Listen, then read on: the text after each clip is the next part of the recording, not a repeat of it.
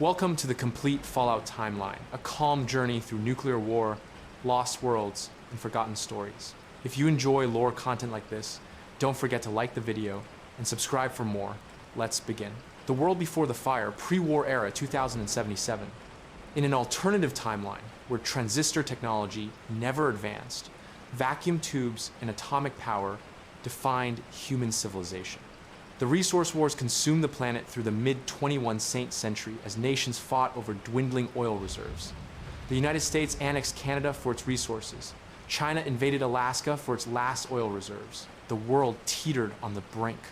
By October 2077, the tension reached its breaking point. Sanctuary Hills, a quiet suburban neighborhood outside Boston, housed families like that of a veteran soldier and his spouse with their infant son, Sean. On the 23rd of October 2077, at 9:47 a.m. Eastern Time, the air raid sirens wailed. The family fled to Vault 111, a nearby fallout shelter. Similar scenes played out across America as families rushed to designated vaults. In West Virginia, the brightest minds of America entered Vault 76, designed to commemorate the nation's tricentennial. In California, a community prepared Vault 13. In Nevada, Vault 21 welcomed gamblers and families from Las Vegas. In Washington, D.C., Vault 101 sealed its door with the slogan, "No one ever enters, no one ever leaves." The nuclear exchange lasted 2 hours. Chinese nuclear missiles struck American cities. American missiles struck Chinese cities. The world burned. Approximately 400,000 people perished in the initial strikes on American soil alone. Radiation blanketed the planet. The Great War had ended civilization in fire and ash. What survivors did not know was that many vaults were not shelters at all, but experiments. The Vault-Tec Corporation, contracted by the Enclave, the shadow government of America, designed each vault to test different scenarios on isolated human populations. Vault 111 would freeze its inhabitants in cryogenic suspension. Vault 76 was a control vault meant to open after 25 years. Vault 13 would suffer a broken water chip to study isolation.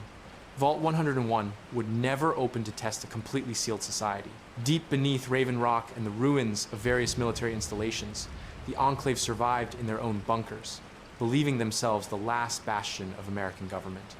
On the West Coast, a military base called Mariposa housed the Forced Evolutionary Virus, an experimental bioweapon designed to create super soldiers. The world died. The survivors would remake it in strange and terrible ways. The first steps from the Vault, 2102, Fallout 76. 25 years after the bombs fell, on the 23rd of October 2102, Vault 76 opened its massive door. Reclamation Day had arrived. The Vault Dwellers, America's best and brightest, emerged into the Appalachian wasteland with a mission: rebuild America. The celebration was muted. The Overseer, the Vault's leader, had left before everyone else. A lone Mr. Handy robot named Pennington waited outside with balloons and a recorded message from her. She had departed on a secret mission, one known only to her and Vault-Tec. Secure the nuclear missile silos scattered throughout Appalachia. The Vault Dwellers followed her trail through the verdant but dangerous landscape. Appalachia, unlike other regions, retained much of its natural beauty. Trees still grew, water still flowed in rivers. But danger lurked everywhere. Scorched wandered the roads, humans infected with a crystallizing disease that burned them from within, turning them into mindless, violent husks covered in strange mineral growths. The first destination was Flatwoods, where the responders had established a training center. The responders were emergency workers, firefighters, police officers, medical personnel who had tried to save Appalachia after the bombs fell. But the Vault Dwellers found only corpses and automated training programs. The Scorched had overrun the responders years ago. Moving through Morgantown, the Vault Dwellers discovered the airport where the responders had headquartered. Empty. The holotapes and terminal entries told stories of brave men and women fighting the scorched plague, researching cures, trying to save survivors. All dead. The Fire Breathers, the responders' elite unit based in Charleston, had similarly fallen. At AVR Medical Center, records revealed that a scientist named Claire Hudson had been developing an inoculation against the scorched plague before the scorched killed her team. The formula remained incomplete but usable. The Vault Dwellers synthesized the inoculation, protecting themselves from the disease. The trail led next to a raider stronghold at Top of the World, a ski resort converted into a fortress. There, a Miss Nanny robot named Rose, her programming corrupted and personality twisted, ruled over the ruins of raider gangs. Rose had tried to rebuild the raiders after the Scorched drove them away. She provided information about tracking the Scorched in exchange for completing violent tasks. In the Eastern Mountains, the Free State survivalists who had opposed the federal government even before the war had built bunkers and research stations. They too had fallen to the Scorched. But their research into detecting the Scorched Plague's unique viral signature proved valuable. The Vault Dwellers constructed a specialized radar system from their notes. Fort Defiance, an imposing Gothic structure, once served as the Appalachian chapter of the Brotherhood of Steel. The Brotherhood had come to Appalachia from California, led by Paladin Elizabeth Taggarty. Their mission: investigate and eliminate the source of the Scorched Beast's massive mutated bats that spread the Scorched Plague from the air. The Brotherhood had traced the creatures to a fissure site in the Cranberry Bog. They had launched Operation Touchdown, a full assault. The operation had failed catastrophically. Every Brotherhood member died. Their power armor lay scattered in a cavern, their bodies consumed by the plague they sought to stop. But their research data survived. The Scorched Beasts were bioweapons, created by someone or something. The final piece of the puzzle lay beneath the White Spring Resort, a luxurious pre-war golf club.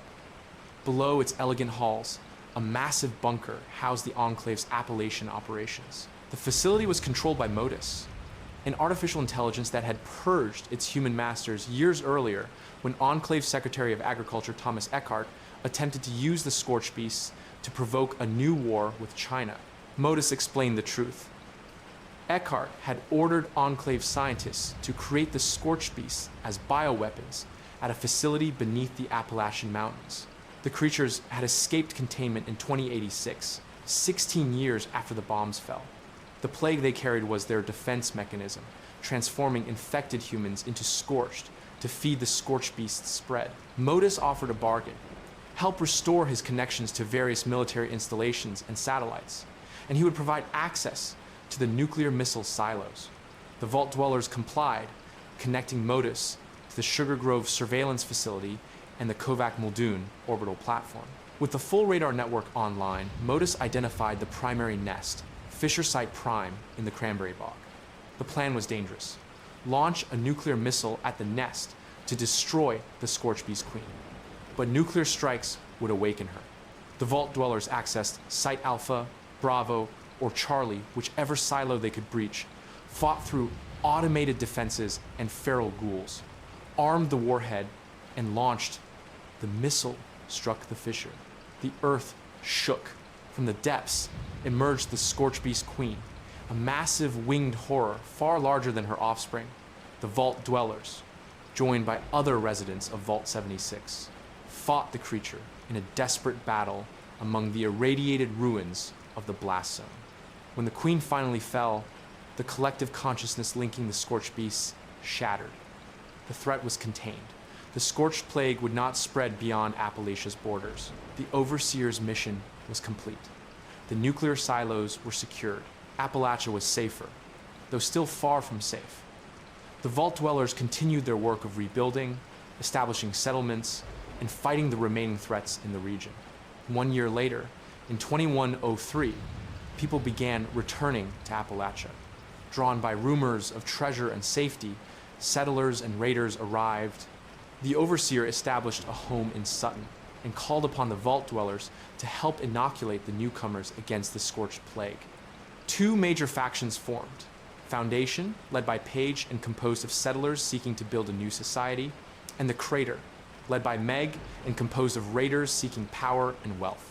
Both groups sought access to Vault 79, a Treasury Department facility rumored to contain vast quantities of gold bullion, enough wealth to establish a new currency and economy for the wasteland. The Vault Dwellers would have to choose which faction to support, or attempt to aid both in the race to claim the gold and shape Appalachia's future. The search for water, 2161. Fallout 1. 84 years after the bombs fell, in the year 2161, Vault 13 inches, Southern California, faced a crisis. The Vault's water purification chip, essential for producing clean water, had failed. Without it, the Vault's 1,000 inhabitants would die of thirst within months.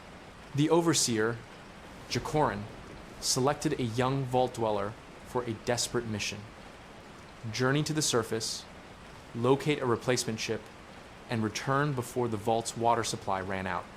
The Vault Dweller, never having seen the outside world, stepped through the vault door into the harsh wastes of the California desert. The world outside was nothing like the educational videos. Ruins stretched for miles, mutated creatures, rad scorpions, giant rats, and worse, hunted the wasteland. Small settlements of survivors clung to life among the wreckage of civilization. The Vault Dweller learned quickly. Trust was rare, violence was common, and bottle caps from pre-war sodas served as currency. The first major settlement was Shady Sands, a small farming community led by a man named Aradesh. His daughter Tandi had been kidnapped by raiders from a nearby camp. The Vault Dweller rescued Tandi, earning the gratitude of Shady Sands and learning about the wider wasteland. The community struggled under constant raider attacks, but held hope for the future.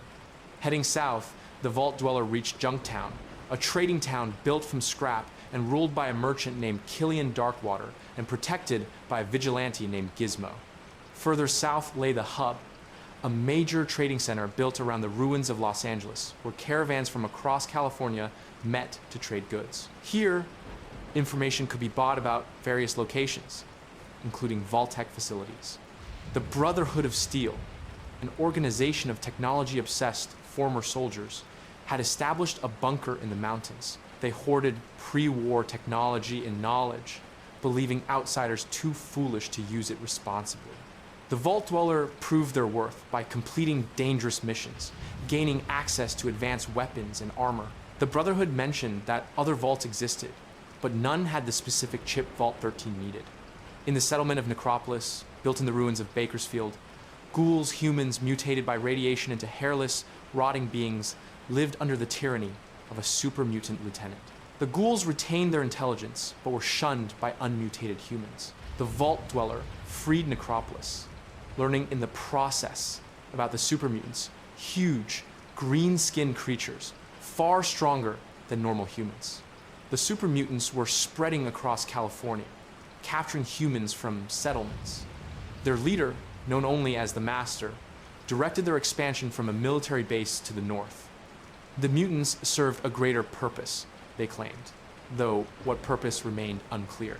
In the basement of Necropolis, the Vault Dweller finally found a water chip from Vault 12.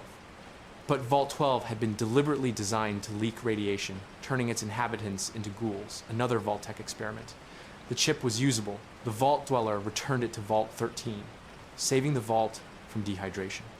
But Overseer Jacorin gave a new mission. The super mutant threat had to be eliminated. The Master's army would eventually find Vault 13. The Vault Dweller was expendable. They had seen the outside world. They knew too much. They could destabilize the Vault Society, so they were sent back out, this time to destroy the super mutants entirely. Investigation revealed the truth. The super mutants were created by the Forced Evolutionary Virus, or FEV, a pre-war bioweapon stored at Mariposa Military Base. When the bombs fell, the base's survivors, led by Captain Roger Maxson, had abandoned the facility after discovering its horrific experiments. Years later, a psychic Vault Dweller from Vault 8, driven mad by his mental powers, had discovered the FEV. This man became the Master. The Master believed that only by transforming all of humanity into super mutants could war and conflict end. His unity would create a race of immortal, sterile super soldiers. He used brain chips and psychic manipulation to control his army. From his cathedral in Los Angeles, a twisted fusion of technology and organic matter, he directed the conversion of captured humans. The Master had one problem. His super mutants were sterile. He needed pure, unmutated human DNA, the kind found only in vaults, to perfect the transformation process. Once he located the vaults, his army would capture everyone inside and transform them, willing or not. The Vault Dweller infiltrated the Master's base. Through conversation or combat, they convinced the Master that his plan was flawed. Super mutants could never reproduce, meaning the Unity would eventually die out. Presented with evidence of sterility, the Master's faith shattered. He initiated the base's self-destruct sequence, choosing death over failure. The Vault Dweller then traveled to Mariposa, where the Lieutenant, the Master's second in command, continued producing super mutants. The Vault Dweller destroyed the FEV vats and detonated the base's nuclear reactor, eliminating the super mutant production facility. Returning to Vault 13 as a hero, the Vault Dweller expected gratitude. Instead, Overseer Jokrin exiled them. The Vault Dweller had changed too much. They had killed, negotiated, and survived in ways that would corrupt the Vault's sheltered population.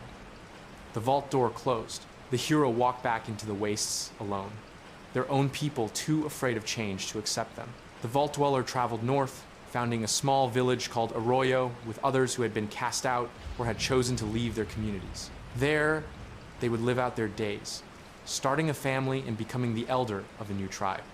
The search for the Garden of Eden creation kit.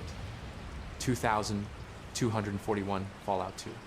80 years after the Vault Dweller's journey, in 2241, Arroyo faced drought and famine. The village, built by the Vault Dweller and their people, was dying. The current elder, the Vault Dweller's daughter, called upon her own grandchild, a young tribal known as the Chosen One, to save the village. The Vault Dweller had left behind stories of a device called the Garden of Eden Creation Kit, or GECK, a terraforming tool that could restore barren land to fertility. Vault 13 supposedly had one. The Chosen One underwent the village's trials, proving themselves worthy, and departed for Vault 13 with only a spear and the Vault Dweller's old Pip-Boy. The world of 2241 was more developed than 2161. The new California Republic, born from Shady Sands, had grown into a functioning government controlling much of Southern California. Towns had electricity, trade routes were protected, but new threats had emerged. The Chosen One found Vault 13 overrun by intelligent Deathclaws, massive, genetically engineered reptilian predators. These particular Deathclaws, exposed to FEV, had gained human-level intelligence and speech. They protected the Vault peacefully, but the GECK was missing. The Vault's residents had left years ago, kidnapped by mysterious forces. Following leads through towns like Klamath, The Den, and Redding, the Chosen One learned of an organization called the Enclave. The Enclave claimed to be the true United States government, surviving the war in isolated bunkers and on an oil rig off the coast. They had emerged from hiding and were capturing people across California. In the city of New Reno, a den of gambling and organized crime ruled by competing families, the Chosen One gathered information about the Enclave's operations. The city was split between the Mordino family, drug manufacturers, the Wright family weapons dealers, the Bishop family, politicians and crime, and the Salvatore family, energy weapons traders. Each family had connections to different power groups across California. Further south, the city of Vault City, built by the residents of Vault 8, represented technocratic isolationism. They used advanced medicine and technology, but enslaved outsiders. Across the wasteland, the Brotherhood of Steel had split into factions after their leader died, with some bunkers maintaining tradition, while others became more open to outsiders. The Chosen One eventually discovered the Enclave's oil rig headquarters off the coast. The Enclave, led by President Dick Richardson, had been monitoring the wasteland for decades. They viewed all surface dwellers exposed to radiation and FEV as mutants unworthy of life. Their plan was to release a modified FEV strain into the world's jet streams, killing everyone on the surface while the pure humans of the Enclave remained safe in their bunkers. To perfect this virus, the Enclave needed test subjects. They had captured Vault 13's residents and were experimenting on them. The Intelligent Death Clause had been an Enclave experiment in creating controllable soldiers.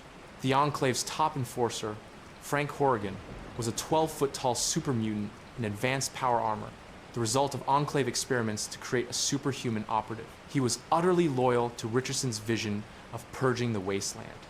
The Chosen One infiltrated the oil rig with help from allies gathered across California. Sulik, a tribal warrior. Vic, a traitor. Cassidy, a hard-drinking merchant. Marcus, a super mutant, and others. They freed the Vault 13 prisoners and retrieved the Gek. Then they confronted President Richardson. After Richardson's death, the Chosen One activated the oil rig's self-destruct sequence. Frank Horrigan, refusing to accept defeat, fought the Chosen One in a final battle. With the help of Enclave soldiers convinced to abandon Horrigan, the Chosen One prevailed. They escaped the rig before it exploded, taking the Enclave's leadership with it. Returning to Arroyo with the GECK, the Chosen One found the village destroyed. The Enclave had raided it, capturing most of the population. But the freed Vault 13 prisoners had nowhere to go. The Chosen One used the Gek to create a new settlement where both groups could thrive, merging the tribals of Arroyo with the Vault dwellers of Vault 13 into a new community. The new California Republic continued expanding. The Brotherhood of Steel withdrew further into isolation. The wasteland was healing, slowly, one settlement at a time. But in the east, other vaults were opening, and other stories were beginning. Escape from the Vault, 2277, Fallout 3.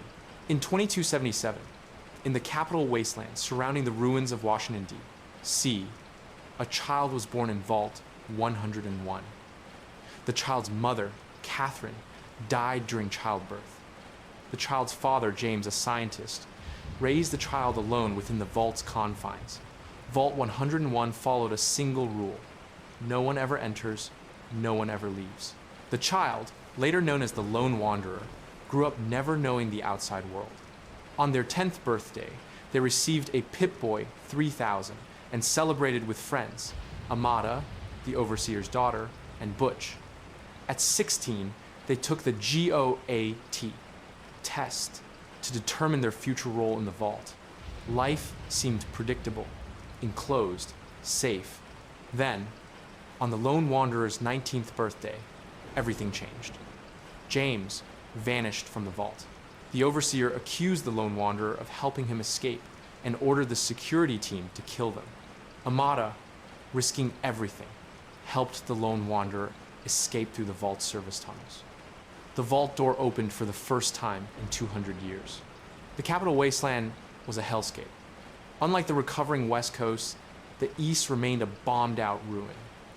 Washington, D.C.'s monuments stood twisted and broken. Radiation poisoned the water. Super mutants, created by a different source than California's mutants, raided settlements. Feral ghouls, their minds gone, attacked anything that moved. The first stop was Megaton, a town built around an unexploded atomic bomb worshipped by a cult called the Children of Atom. The town's residents lived in salvaged airplane parts and scrap metal. Lucas Sims, the sheriff, provided information about James's location. But the town also housed Mr. Burke, an agent who wanted Megaton destroyed for his employer. The Lone Wanderer could defuse the bomb, leave it alone, or activate it, killing everyone in Megaton. Following James's trail led to Galaxy News Radio, a broadcasting station run by Three Dog, a charismatic DJ spreading news and hope across the wasteland. Three Dog had heard of James. The scientist had passed through asking about Project Purity, but Three Dog needed the Washington Monument repaired before sharing information. The Lone Wanderer fought super mutants to reach the monument, installed a new relay dish, and boosted GNR signal. Three Dog revealed that James had traveled to Rivet City, a settlement built inside an aircraft carrier on the Potomac River. At Rivet City, Dr. Madison Lee, a scientist who had known James before the war, explained Project Purity. Before the bombs fell, James and Lee had worked on purifying all the water in the tidal basin using the Jefferson Memorial as a base. After Catherine's death, giving birth to the Lone Wanderer, James had abandoned the project and fled to Vault 101. Now he had returned to restart it. James was at Vault 112, a virtual reality vault, trapped in a simulation controlled by Dr. Stanislaus Braun, the vault's sadistic overseer. Braun had placed the vault's residents in pods and subjected them to endless simulations where he tortured them for entertainment. The lone wanderer entered the simulation, freed James, and together they escaped. Father and child reunited at the Jefferson Memorial to restart Project Purity. The work progressed until the Enclave attacked, led by Colonel Augustus Autumn. The Enclave here was separate from the West Coast branch, survivors of the oil rig explosion who had retreated to Raven Rock. They wanted to control Project Purity and use clean water as leverage to rule the capital wasteland. James sacrificed himself, flooding the purifier chamber with radiation to deny the Enclave access. The Enclave captured the lone wanderer. At Raven Rock, the Enclave's East Coast base, President John Henry Eden revealed himself to be a Zax supercomputer that believed itself the legitimate continuation of American government. Eden wanted to insert modified FEV into Project Purity, killing all mutated life in the wasteland. He gave the lone wanderer a vial of the virus. Colonel Autumn opposed Eden's plan, wanting to use the purifier for control, not genocide. The lone wanderer escaped Raven Rock with help from an Enclave soldier named Nathan, who disagreed with Eden's madness. The Brotherhood of Steel, led by Elder Owen Lyons, opposed the Enclave. Unlike their Western counterparts, the Capital Wasteland Brotherhood protected Wastelanders and fought super mutants. Lyons' daughter, Sarah, led the elite Lions Pride Squad. They attacked the Jefferson Memorial to retake it from the Enclave. In the battle's climax, the lone wanderer, Sarah Lyons, or a radiation-immune companion, Fox the super mutant, Sergeant RL-3 the robot, or Sharon the ghoul, entered the irradiated chamber to activate Project Purity. As clean water began flowing into the tidal basin, Liberty Prime, a giant pre-war robot awakened by the Brotherhood, destroyed the Enclave's forces. If the lone wanderer entered without protection, they died activating the purifier. If they sent a companion or Sarah Lyons, they survived. The purifier worked, producing clean water that would eventually flow throughout the capital wasteland. Project Purity changed everything. The Brotherhood bottled and distributed clean water free of charge, winning the Wastelanders' support. But the Enclave remained a threat, and other dangers lurked beyond the wasteland. Broken steel. Following Project Purity's activation, the lone wanderer awoke in the Brotherhood's citadel, recovered from radiation poisoning, or simply waking after Sarah or a companion activated the purifier. Elder Lyons promoted them to Brotherhood Knight, granting them full membership. The Brotherhood traced remaining Enclave forces to Adams Air Force Base. There, the Enclave's mobile base, a massive crawler vehicle, coordinated their operations. Liberty Prime led the assault, but Enclave orbital weapons destroyed the robot, scattering its parts across the wasteland. The lone wanderer infiltrated the airbase, fought through Enclave soldiers, and reached the crawler. They overloaded its power systems, destroying the Enclave's last major base in the capital wasteland. The Enclave's East Coast operations were finished, but the lone wanderer discovered disturbing evidence. The Brotherhood's control over clean water was making them authoritarian. Small settlements that refused Brotherhood protection were denied water. Elder Lyon's death and Sarah Lyon's ascension to Elder might change this, or might make it worse. The Brotherhood had become the capital wasteland's dominant power, for better or worse. Anchorage. Before or during the main conflict, the Brotherhood's outcast members, who rejected Elder Lyon's charitable approach, discovered a military simulation at a VSS facility. The simulation recreated the Battle of Anchorage, where American forces repelled Chinese invasion of Alaska before the Great War. Trapped in the facility without power armor or weapons advanced enough to breach the sealed armory, the outcasts recruited the lone wanderer, whose Pip-Boy could interface with the simulation.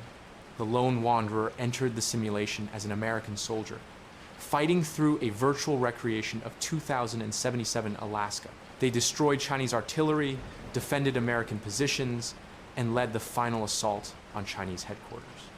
Completing the simulation unlocked the armory, revealing pre-war power armor, weapons, and equipment in pristine condition. The Outcasts' leader, Protector McGraw, honored the agreement and gave the Lone Wanderer their share of the loot before the Brotherhood outcasts departed with the rest. The Pit, a Brotherhood outcast named Werner, approached the Lone Wanderer with stories of the Pit post-war Pittsburgh, Pennsylvania. Raiders had enslaved the city's population, forcing them to work in radioactive steel mills.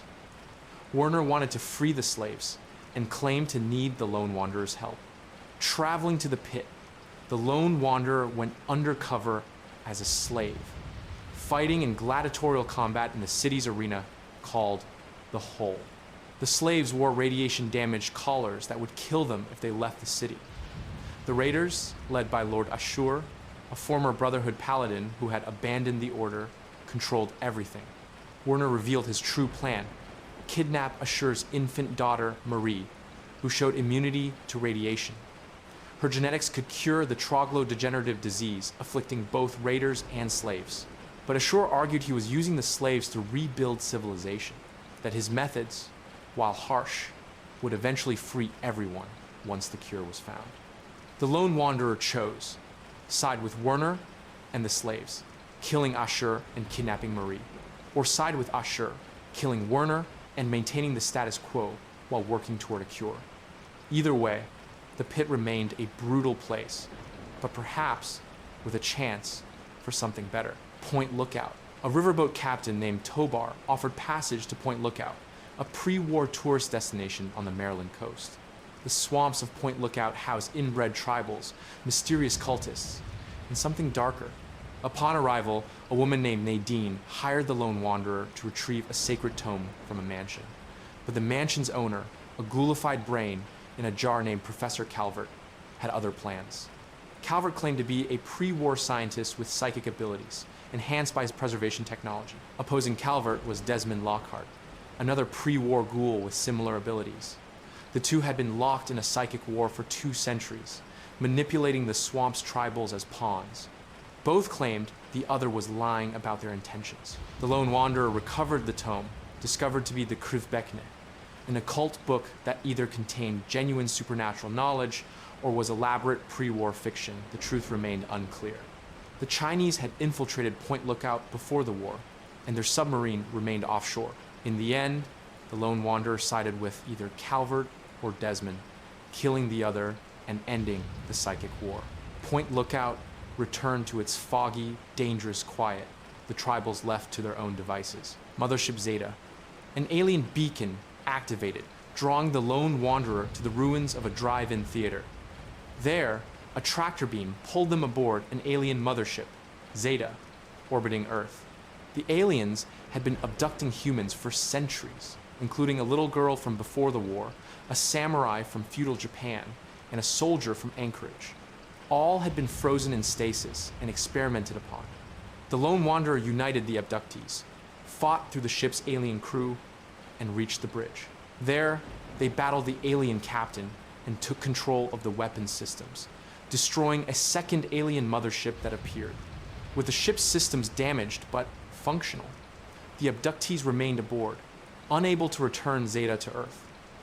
The mothership continued orbiting, a bizarre sanctuary for those who chose to remain aboard. The Platinum Chip 2281, Fallout New Vegas. In 2281, the Mojave wasteland surrounding the ruins of Las Vegas had become a battleground between the new California Republic and Caesar's Legion, a totalitarian army based on ancient Roman culture. Unlike the ruined East Coast, Vegas had survived relatively intact, protected by the mysterious Mr. House, who had predicted the Great War and prepared accordingly. A courier working for the Mojave Express accepted a delivery job: transport a platinum chip from Primm to the New Vegas Strip for Mr. House. The job seemed simple. The payment was reasonable. The courier, later known as Courier 6, accepted. On the road north of Goodsprings, 3 men in checkered suits ambushed the courier. Their leader, a man named Benny, shot the courier in the head twice and buried them in a shallow grave with the package stolen. But the courier didn't die. A robot named Victor dug up the body and brought it to Dr. Mitchell in Goodsprings. Mitchell patched the courier's head wounds, somehow saving their life. The courier woke with fragmented memories and one goal: find Benny and get answers. The trail led through the Mojave.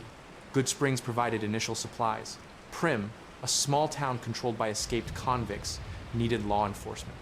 The courier could install a sheriff, either a rehabilitated convict, an NCR soldier, or a reprogrammed robot, establishing their first impact on the region. At the Mojave outpost, NCR Rangers pointed toward Nipton, where Caesar's Legion had crucified the entire town as punishment for corruption and deals with both sides.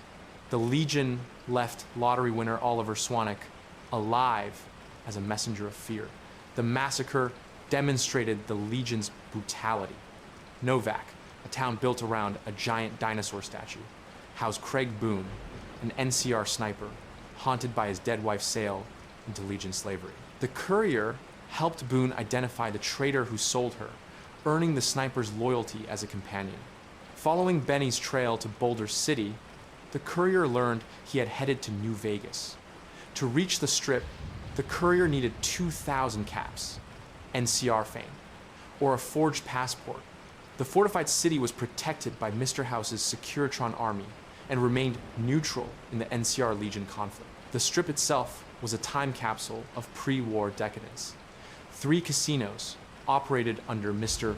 House's control: the Tops, run by the chairman, Benny's tribe; Gomorrah, run by the Omertas; and the Ultra Lux, run by the White Glove Society.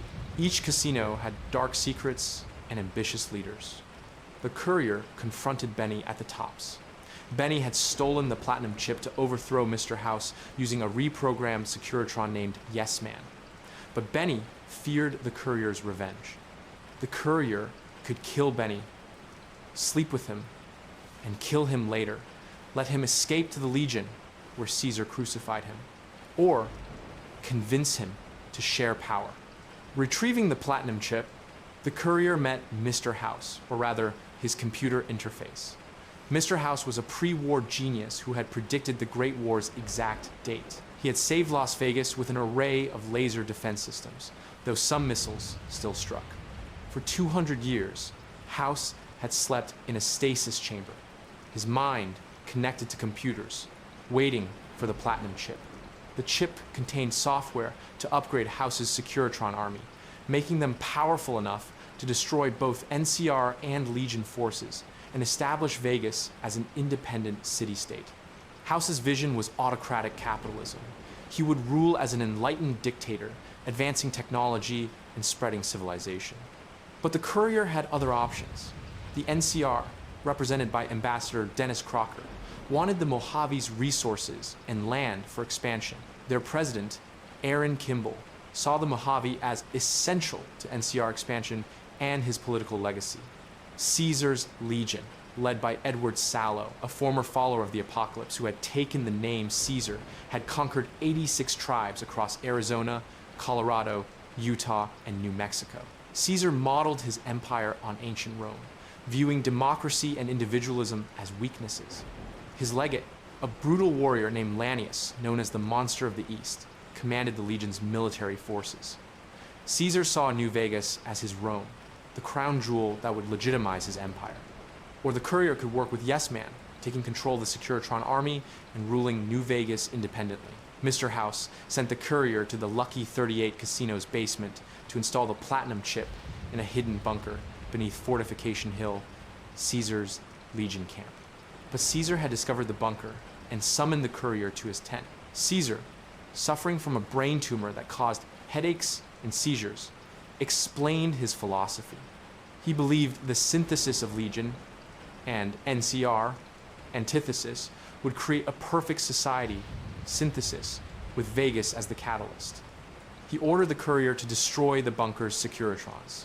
The courier could obey, preserving House's plan by uploading the chip but rigging the bunker to appear destroyed, or genuinely destroy the robots. Alternatively, the courier could install the chip for House, upgrading the army, or give it to Yes Man for an independent Vegas. The faction choices shaped the Mojave's future. The Brotherhood of Steel's Mojave chapter, led by Elder McNamara, hid in a bunker hoarding technology.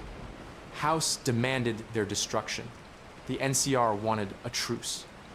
The Brotherhood could be convinced to change or left to their isolation. The Boomers, a xenophobic tribe living at Nellis Air Force Base with stockpiles of artillery and a B-29 bomber, could be recruited.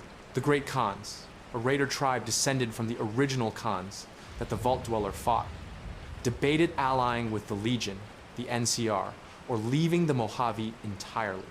The Followers of the Apocalypse, a humanitarian organization providing education and medicine, struggled to help Freeside's poor population. Each faction's loyalty mattered. The Second Battle of Hoover Dam was coming. The Legion and NCR both wanted Hoover Dam, the massive pre-war power plant providing electricity to the region. The first battle had ended in NCR victory, but barely. The Legion had fallen back to rebuild. Now both sides prepared for the final confrontation. The Courier's actions determined the battle's outcome, depending on their choices. If supporting the NCR, the Courier eliminated House, allied with or destroyed the Brotherhood, secured Kimball's assassination attempt prevention, and defended the dam alongside NCR Rangers. General Oliver directed the defense until the Couriers upgraded. Securitrons, or allied forces, turned the tide. Legate Lanius attacked the dam's east side. The Courier could convince Lanius to retreat through speech, showcasing the futility of victory, or kill him in combat. The NCR won, annexing the Mojave as a new territory. If supporting Caesar's Legion, the Courier destroyed House's bunker, sabotaged NCR operations, and assisted Legate Lanius' assault. General Oliver's defenses crumbled. The Courier faced Oliver personally, killing him or accepting his surrender. The Legion crucified NCR soldiers across the dam. Caesar, cured of his tumor, or dead, with Lanius assuming command, claimed Vegas. The Legion brutally pacified the Mojave, enslaving or killing dissenters. If supporting Mr. House, the Courier installed the Platinum chip, wiped out or ignored the Brotherhood based on House's demands, defended the dam from both NCR and Legion using upgraded Securitrons, and drove both armies out of the Mojave. House's robots slaughtered anyone who resisted. Vegas became an independent autocracy under House's calculated rule. If supporting an independent Vegas, the Courier killed House, recruited Yes Man, built their own alliances, and used the upgraded Securitron army to defeat both the Legion and NCR. The Courier became the Mojave's de facto ruler, with Yes Man helping administer Vegas. However, the Courier chose. After the battle, the endings varied by faction and choice. The Mojave's settlements faced different fates based on the Courier's earlier decisions and final allegiance. Some prospered, others were destroyed or enslaved. The Courier's actions rippled across the wasteland, shaping the Mojave's future for generations. Dead money. Before, during, or after the battle for the dam, the Courier received a radio signal from an abandoned Brotherhood bunker. Investigating led to abduction by a collar-equipped hologram trap. The Courier woke in the Sierra Madre, a legendary pre-war casino hidden in a poisonous cloud. Father Elijah, former elder of the Mojave Brotherhood, had trapped the Courier and 3 others. Dean Domino, a pre-war ghoul entertainer. Christine, a mute Brotherhood scribe. And Dog, a traumatized super mutant with a split personality. All wore explosive collars that would detonate if they disobeyed or strayed too far from each other. Elijah wanted to break into the Sierra Madre's vault, which required the 4 captives to work together. The casino's interior was a death trap. Ghost people, hazmat-suited corpses, animated by the cloud, prowled the halls. Radios triggered collar detonations. The cloud itself was toxic. The Courier discovered the Sierra Madre's history. Frederick Sinclair, a wealthy pre-war industrialist, had built the casino for his lover, Vera Keyes, a famous actress. Vera was dying from a terminal illness and was coerced by her former manager, Dean Domino, to betray Sinclair. The Great War struck before the Sierra Madre opened. Sinclair's security systems locked down the casino, preserving it perfectly while trapping everyone inside the cloud. The Courier led the heist, gathering the team, penetrating the casino's defenses and reaching the vault. Inside was not weapons or power, but vast quantities of pre-war money and gold bars. Elijah revealed his true plan: seal the courier in the vault, while he used the casino's security holograms and the cloud as weapons to destroy the NCR. The courier fought Elijah, trapped him in the vault, or convinced him to stand down. Escaping with the gold bars proved nearly impossible due to their weight and the tight timer to exit before being sealed in. The lesson was clear: letting go and leaving the treasure behind was the only way to survive. The survivors each went their separate ways. The courier left the Sierra Madre behind, hopefully learning that some treasures are not worth dying for. Honest hearts. Ricky, a trader from the Mojave, recruited the courier to join a caravan to Zion National Park in Utah. The journey offered good pay and supposedly minimal danger. Ricky lied. The caravan entered Zion and was immediately ambushed by White Legs tribals. The caravan was massacred. The courier survived and met Joshua Graham, the Burn Man. Graham was Caesar's former legate, a new Canaanite missionary who had taught Edward Sallow about ancient Rome.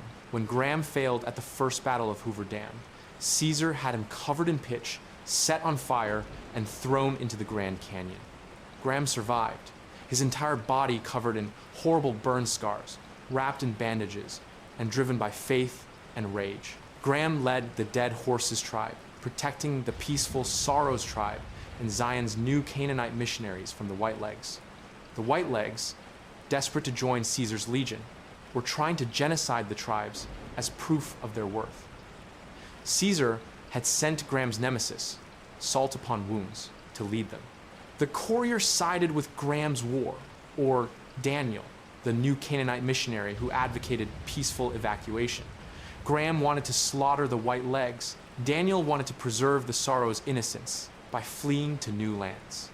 The courier fought alongside Graham, killing Salt Upon Wounds and breaking the White Legs, or aided Daniel, evacuating the Sorrows and abandoning Zion. Graham either found peace, giving up vengeance, or gave in to his rage, becoming a monster.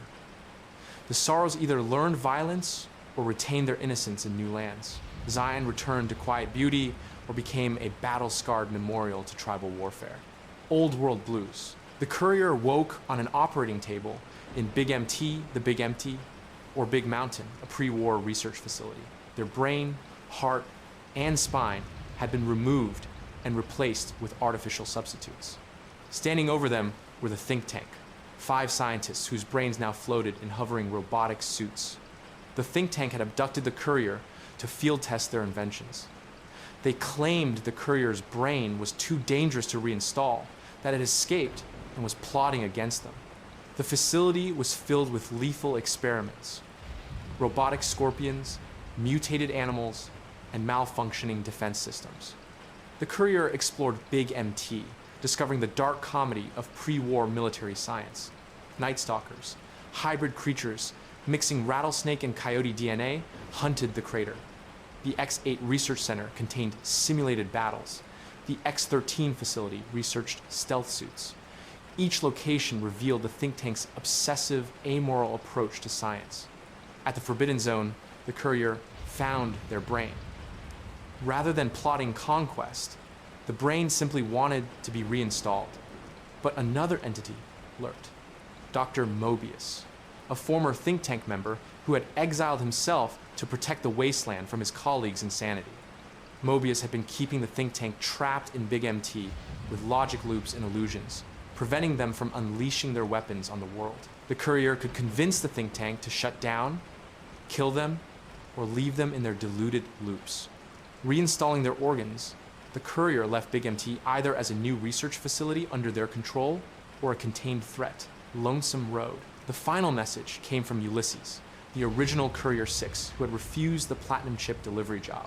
Ulysses summoned the courier to the Divide, a massive canyon carved by nuclear detonation. The Divide had been a thriving community, supplied by the courier in their previous delivery jobs. One package the courier delivered contained an old world device that activated dormant nuclear warheads beneath the Divide, destroying everything. Ulysses survived, the only witness to the annihilation the courier had unknowingly caused. The divide was hell. Endless storms, radiation, collapsed buildings, and marked men ghoulified soldiers from both NCR and Legion trapped in an eternal war. The tunnelers, mutated creatures from deep underground, multiplied in the ruins. Ulysses explained his philosophy as the courier journeyed through the wasteland scar. Nations required symbols and history. The courier destroyed one nation and was building another at Hoover Dam without realizing it. Ulysses wanted to launch the Divide's remaining missiles at either the NCR's heartland in California or the Legion's capital in Arizona, destroying the faction the courier supported to teach them about responsibility and consequences. At the launch facility, the courier talked Ulysses down, killed him, or convinced him to redirect the missiles.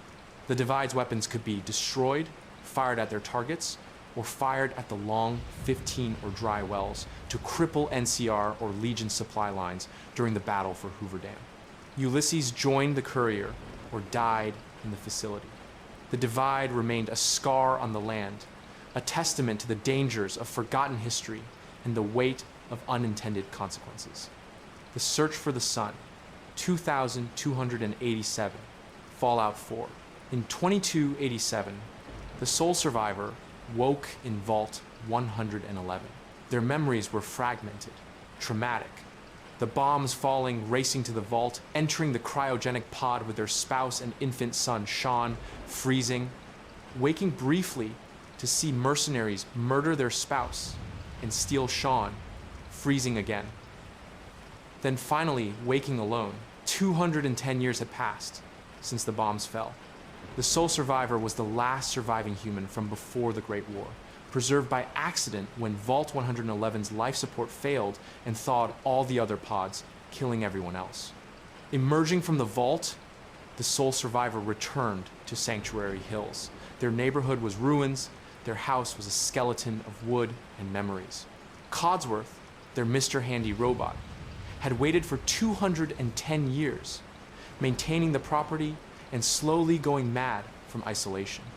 In Concord, a nearby town, Preston Garvey and the last members of the Commonwealth Minutemen were pinned down by raiders. The Minutemen, once a powerful militia protecting settlements, had collapsed after internal betrayals and disasters. The sole survivor rescued Preston, donned a suit of pre-war power armor, and wielded a minigun to kill a Deathclaw attacking the town. Preston explained the Commonwealth. The region around Boston was ruled by chaos. Raiders killed for sport and supplies. Super mutants, created by a different source than the West or Capital Wasteland, captured and consumed humans. The Institute, a mysterious underground organization, replaced people with synthetic human duplicates called synths. No one knew where the Institute was or how to find it. Preston asked the sole survivor to help rebuild the Minutemen, establishing settlements and protecting farmers. The sole survivor could aid Preston or ignore him, but the question remained, where was Sean? In Diamond City, a settlement built in Fenway Park's ruins, a detective named Nick Valentine worked out of a small office. Nick was a synth, but a unique one, a prototype with the uploaded memories of a pre-war detective. Despite being artificial, Nick helped people and sought to prove synths could be more than slaves. The sole survivor hired Nick to find Sean. The investigation led to the mercenary Conrad Kellogg, who lived in Diamond City. Kellogg was over 100 years old, kept alive by Institute cybernetic implants. He was the one who killed the sole survivor's spouse and kidnapped Sean. The sole survivor tracked Kellogg to Fort Hagen, an old military base. Kellogg admitted the truth. He had kidnapped Sean 60 years ago. The Institute wanted a pure, pre-war human child for their experiments. Kellogg was just following orders. The sole survivor killed him, retrieving a cybernetic implant from Kellogg's brain. Dr. Amari and Good Neighbor, a settlement of outcasts and criminals, used the implant to access Kellogg's memories. The sole survivor walked through Kellogg's life. His traumatic childhood, his work as a mercenary, the kidnapping, his regrets. The memories revealed that the Institute teleported in and out of the Commonwealth using advanced technology. To reach the Institute, the sole survivor needed help. 3 factions offered assistance. The Brotherhood of Steel arrived in the Commonwealth aboard the Prydwen, a massive armored airship. Led by Elder Arthur Maxon, this Brotherhood was far more militant than the Capital Wasteland branch. They sought to destroy all synths, ghouls, and super mutants, viewing them as abominations. Paladin Danse led the Soul Survivor on missions to prove themselves worthy. The Railroad, a secret organization, smuggled escaped synths to freedom and gave them new identities. Led by Desdemona, the Railroad believed synths were sentient beings deserving of rights. They opposed the Institute's slavery and the Brotherhood's genocide. The Minutemen, if rebuilt by the Soul Survivor, could assault the Institute directly once located. The Soul Survivor built a signal interceptor with help from one of these factions. The device hacked the Institute's teleportation signal. The Soul Survivor materialized inside the Institute's underground complex. The Institute was pristine, white walls, advanced technology, and scientists working on projects from synthetic biology to quantum physics. At its head was Father, the Institute's director and eldest member. Father was Sean. The kidnapped infant had grown into an old man dying of cancer. He had orchestrated the Soul Survivor's awakening and journey as a test. The Institute had created synths as slaves, third-generation models so advanced they were indistinguishable from humans. Father believed synths were tools. The Institute operated beneath the Commonwealth, manipulating surface events, replacing people with synth infiltrators, and pursuing their vision of humanity's future underground. Father offered the Soul Survivor a place in the Institute. They could help lead the Institute into a new era, or they could destroy it. The factions demanded choices. The Brotherhood wanted the Institute destroyed and all synths exterminated. Elder Maxon believed technology in the wrong hands caused the Great War. The Institute represented everything the Brotherhood opposed. The Railroad wanted the Institute destroyed, but the synths free. Desdemona demanded the Soul Survivor help evacuate the Institute's synth population before the reactor exploded. The Institute wanted the Brotherhood and Railroad destroyed. Father asked the Soul Survivor to eliminate all surface threats to Institute operations. The Minutemen, if allied, represented a compromise. Destroy the Institute, but evacuate synth civilians. The Soul Survivor chose their path. The Commonwealth's future hung in the balance. If siding with the Brotherhood, the Soul Survivor led an assault from the Prydwen, fought through Institute security, detonated the reactor, and evacuated before the explosion. The Institute was annihilated.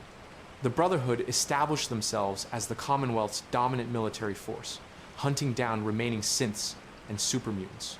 If siding with the Railroad, the Soul Survivor infiltrated the Institute, evacuated synths through the teleporter, killed Father if he still lived, and destroyed the reactor. The Railroad continued operating in secret, helping freed synths adjust to surface life. If siding with the Institute, the Soul Survivor became Father's successor after his death, destroyed the Brotherhood's Prydwen with an aerial assault, collapsed the Railroad headquarters, and established the Institute as the Commonwealth's hidden masters.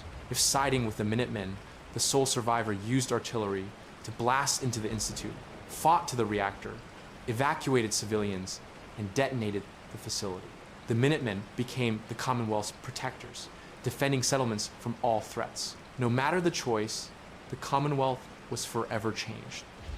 The Soul Survivor shaped its future, but at tremendous personal cost. Automatron, a caravan of robots, attacked settlements across the Commonwealth. These weren't typical robots, but mechanist units, heavily armed automatons, controlled by a mysterious villain calling themselves the Mechanist. The Soul Survivor traced the robots to an old facility where they confronted the Mechanist, a young woman named Isabel Cruz. Isabel had found the Mechanist's lair and costume from pre-war superhero fiction.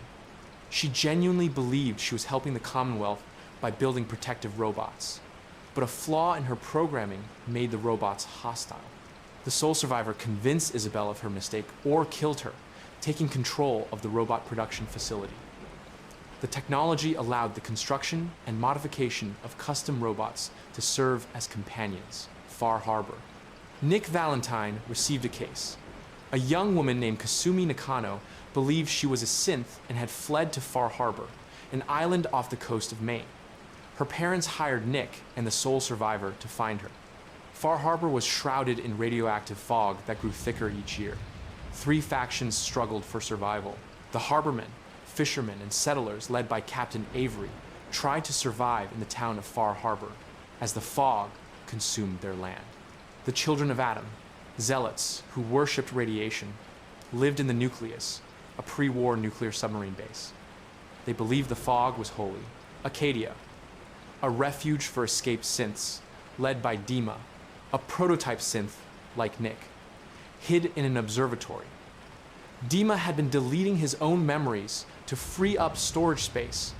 The sole survivor discovered that Captain Avery was secretly a synth replacement, killed and substituted by Dima to help negotiate peace. Dima had also murdered and replaced Tectus, the fanatical leader of the Children of Adam, with a more reasonable synth duplicate.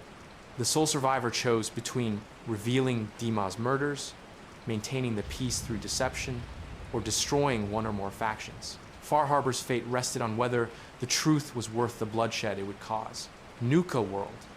The sole survivor received a radio advertisement for Nuka World, a pre-war amusement park. Traveling there revealed the park was controlled by raiders, organized into 3 gangs: the Operators Professionals, the Pax Sadis, and the Disciples, Cult of Violence. A traitor named Harvey had trapped Coulter, the raider overboss, in a suit of power armor. Harvey convinced the sole survivor to fight Coulter in the arena. The sole survivor won, becoming the new overboss of Nuka World's raiders. The raider gangs demanded the sole survivor expand their territory into the Commonwealth, attacking settlements and establishing raider outposts. The sole survivor could comply, building a raider empire, or turn on the gangs and liberate Nuka World for the traitors who had been enslaved. The choice defined whether the sole survivor embraced villainy or rejected it, either ruling as a raider, overboss, or destroying the gangs and restoring Nuka World to something resembling decency. Vault Tech Workshop. The sole survivor discovered Vault 88, an unfinished experimental vault beneath Quincy. The vault's overseer, Valerie Barstow, had been ghoulified by radiation and waited 200 years to complete Vault-Tech's experiments.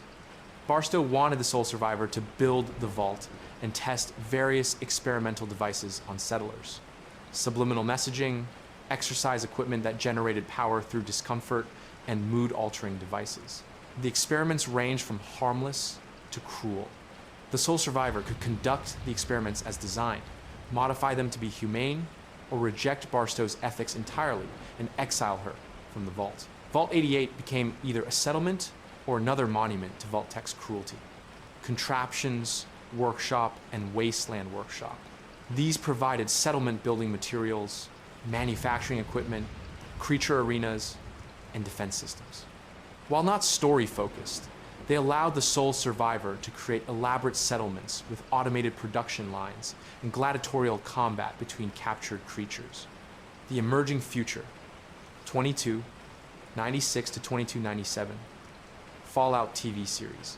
219 years after the Great War, in 2296, a new chapter of the Wasteland story unfolded in California. Lucy McLean lived in Vault 33, one of 3 interconnected vaults, Vault 31, 32, and 33, built by Vault-Tech beneath the Mojave Desert. Vault 33 had thrived in isolation under the guidance of their overseers, all of whom came from Vault 31. Life in Vault 33 was perfect. Clean water, functioning systems, friendly neighbors. Lucy was optimistic, kind, and engaged to be married to a dweller from Vault 32, which had recently gone silent but was now reopening for the wedding. During the ceremony, the Vault 32 dwellers attacked. They were surface raiders who had infiltrated the vault after finding Vault 32's population mysteriously dead. The raiders killed dozens and kidnapped Lucy's father, Hank McLean, the overseer. Lucy volunteered to rescue her father. Despite never having left the vault, she stepped into the wasteland alone, armed with only her Pip-Boy, a pistol, and her determination. The surface was nothing like the educational films. Radiation storms rolled across the desert. Ghouls roamed the ruins, some feral, some maintaining their sanity. The new California Republic had collapsed in the years since the Second Battle of Hoover Dam, fractured into smaller settlements. Shady Sands, the NCR capital, was a radioactive crater. Lucy's journey paralleled that of Maximus, a young Brotherhood of Steel squire. Maximus had grown up in Shady Sands before its destruction. He joined the Brotherhood seeking purpose and belonging. When a mission went wrong and his superior officer was killed, Maximus took the Dead Knight's power armor and identity, pretending to be a full Brotherhood member to avoid punishment. The third protagonist was Cooper Howard, or the Ghoul. Before the war, Cooper had been a famous Hollywood actor starring in Western films. He appeared in advertisements for Vault-Tec. When the bombs fell, radiation transformed him into a ghoul. For over 2 centuries, he had survived as a bounty hunter, using the wasteland's brutality to sustain himself with doses of radiation-reducing chems. The Ghoul was hunting the same target as Lucy, the scientist responsible for building the technology the Raiders used. All three pursued a scientist named Siggy Wilzig, who had fled from the Enclave with a strange device implanted in his head, a cold fusion power core that could change the wasteland's future. The Brotherhood wanted the device to power their technology. The Enclave wanted Wilzig dead for his betrayal. Lucy caught up to Wilzig just as he died from radiation poisoning. He begged her to deliver the device to someone who could use it properly. Lucy removed his head to transport the device. The Ghoul captured Lucy. Through their tense interactions, Lucy learned the wasteland's harsh realities. Trust was dangerous, morality was complicated, and survival often required terrible choices. The Ghoul had his own agenda, searching for his family and answers about the past. Maximus, still impersonating a Brotherhood knight, crossed paths with both Lucy and the Ghoul. A complicated alliance formed as they journeyed toward the ruins of Hollywood and Griffith Observatory, where answers waited. At the observatory, the truth emerged. Moldaver, a scientist who had led the raid on Vault 33, had been working on restoring large-scale power to the wasteland using cold fusion. She was over 200 years old, either ghoulified or preserved through other means, and had known Cooper Howard before the war. Moldaver had captured Hank McClane because Hank was responsible for destroying Shady Sands with a nuclear weapon from one of the very vaults he had overseen. Hank McClane was not just an overseer. He was a member of Bud's Buds, a group of Vault-Tec executives who had survived the Great War in Vault 31. These executives had been rotating as overseers of Vaults 32 and 33 for 2 centuries, conducting a long-term experiment in creating a management class to rule post-war America. The devastating revelation was this: Vault-Tec had not just been preparing for nuclear war, they had orchestrated it. Before the bombs fell, Vault-Tec executives met with representatives from Robco, Westech, and other corporations to discuss ensuring their Vault's experiments would proceed uninterrupted. When international tensions weren't escalating quickly enough, Vault-Tec made the decision to drop the first bomb themselves. Cooper Howard's wife, Barb Howard, had been a Vault-Tec executive and part of this conspiracy. Lucy's entire worldview shattered. The Vaults were never meant to save humanity. They were experiments designed to test how to rebuild civilization under corporate control. Her ancestors had caused the apocalypse to protect their profits and power. The Brotherhood of Steel arrived in force, led by Elder Cleric Quintus, to seize Moldaver's cold fusion technology. A battle erupted at the observatory. Moldaver activated the cold fusion core, restoring power to a vast region of California for the first time in 200 years. Streetlights flickered on, screens powered up. The NCR's remnants saw hope. But Moldaver was killed in the Brotherhood assault. The Brotherhood claimed the technology. Maximus was revealed as an imposter but was promoted to knight for his actions, a reward for his pragmatism and courage. Lucy, disillusioned with everything she had believed, left Vault 33 behind. She could not return to ignorance. Her father had escaped during the chaos, fleeing into the wasteland. The Ghoul, recognizing Lucy's potential and having his own reasons to pursue Hank, offered her partnership. Together, Lucy and the Ghoul followed Hank's trail. The journey led them to New Vegas, where the ruins of the Strip loomed in the distance. the city appeared mostly intact, preserved by forces unknown.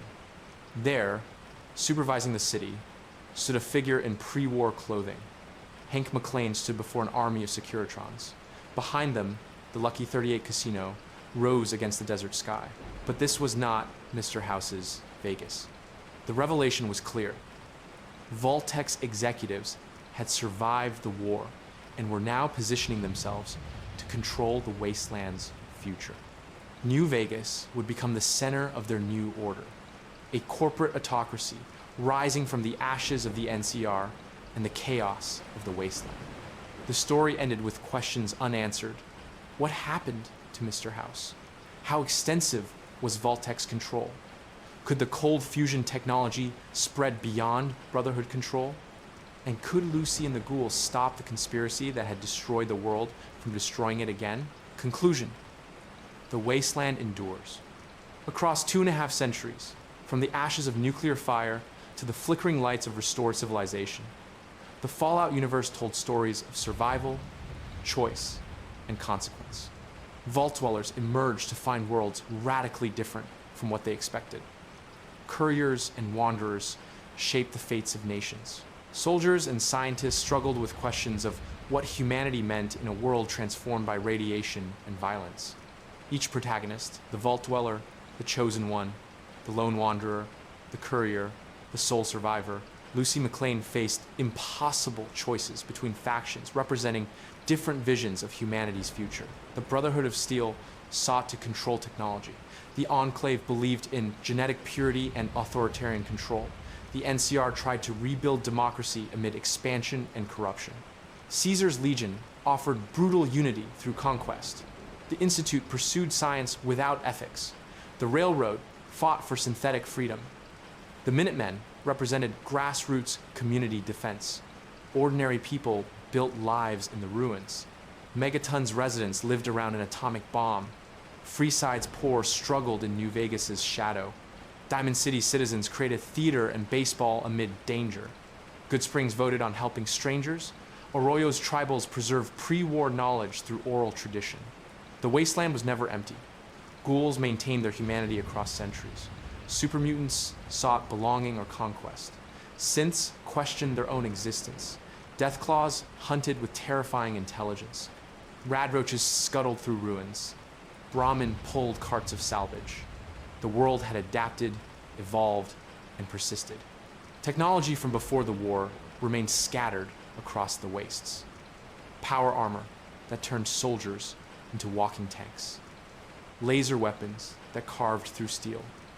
Robots that served, protected, or killed. Gek devices that could terraform deserts into gardens. Holotapes preserving the final thoughts of the dead.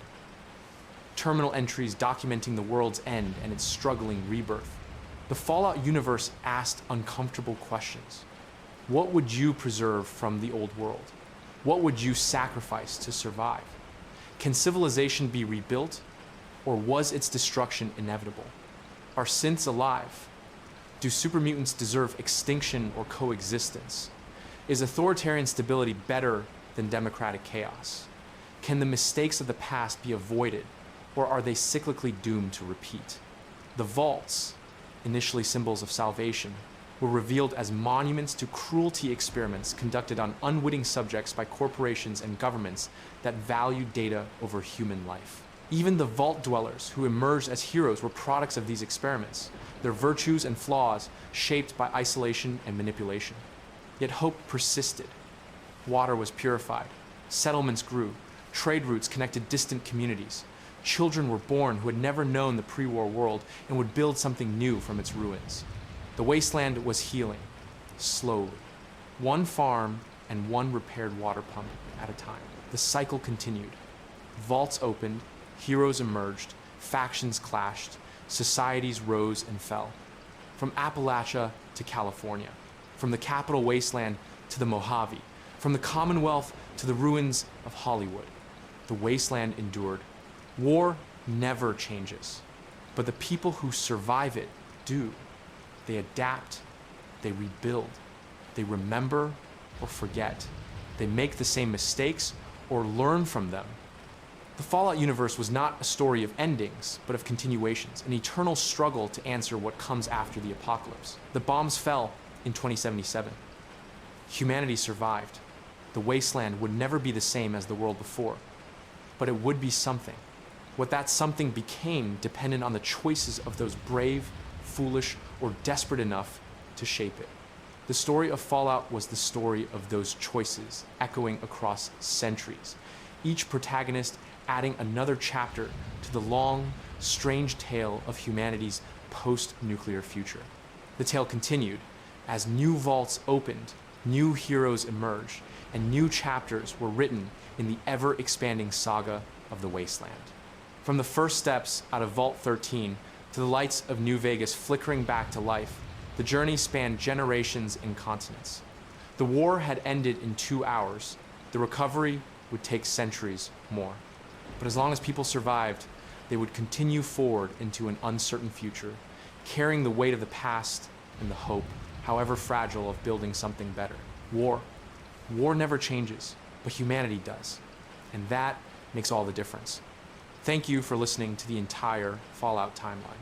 If you enjoyed this deep dive into Fallout's lore and atmosphere, please leave a like, it really helps the channel. Subscribe for more complete timelines, game lore, and long-form videos you can relax or fall asleep to. See you in the next story.